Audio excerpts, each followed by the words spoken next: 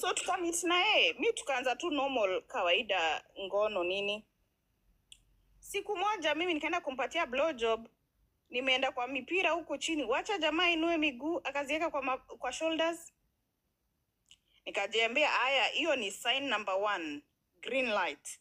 Nikaenda hapo chini kwa matako kumlamba tu, sikumwingisha kitu. Nikamlamba matako na bado nacheza na nini yake. Wacha nikwambie, ili shoot tulipata kwa ukuta. Na hakukaa 2 minutes. Aya, hatukuongea, nobody said a word. Tukanyamaziana, hiyo kitu ikaisha.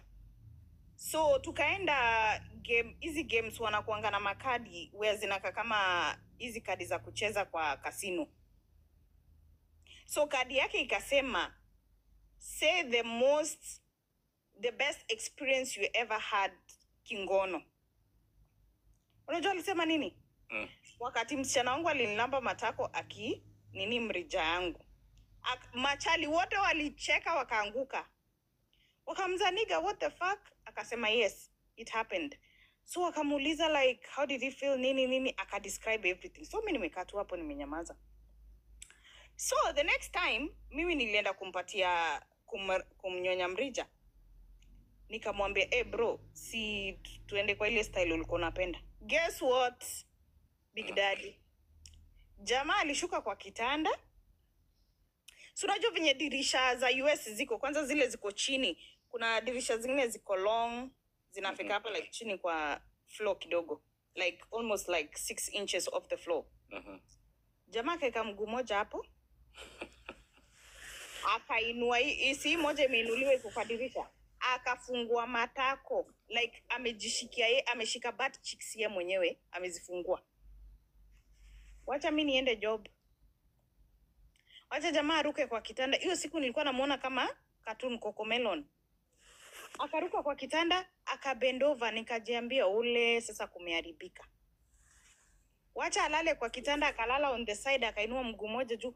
Mpaka nikamuuliza, hapo sasa ndo kichwa yangu ikaring, nikamwambia, are you gay? Akaniambia, no I'm not. Nikamwambia hizi mastyle zote umenionyesha bro zina match na madem. I'm kind of concerned. Akaniambia hapana, ni venye kila position nakupatia at least unacheza na mrija na mambo inaenda poa. Na kuambia hiyo position alikaa on the side, nikamnyonya piu kwa nini mira yangu, dressing mirror. So nikamuuliza hiyo siku, I was like, just be honest with me, umekuwa na mwanaume? Akasema hapana. Nikamwambia okay, so umelambo matako? Akasema hapana. Nikamwambia so this is your first time? Akasema yes. Nikamuuliza so what's the experience like? Akaniambia sijawahi experience kitu tamu kama hii na sitawahi taka mwanamke ambaye hawezi ninyonya matako. So that became our sex life for the next 1 year. I dated him 1 year 8 months. Ilikuwa kila wakati naenda kunyonya mrija huko chini, lazima nilambe matako. Lakini ilikuwa nina make sure ameoga, kwa sababu wanaume hamjui kujipanguza matako. Mimi sipatani na maragwe hapo.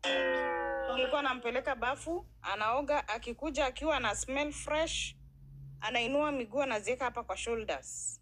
Mimi naenda job. Wewe waka alikuwa gay chini ya maji mzee. Na wacha nikuambie, wewe ulishamgeuza gay for real. Hata mimi, let me tell you to be honest,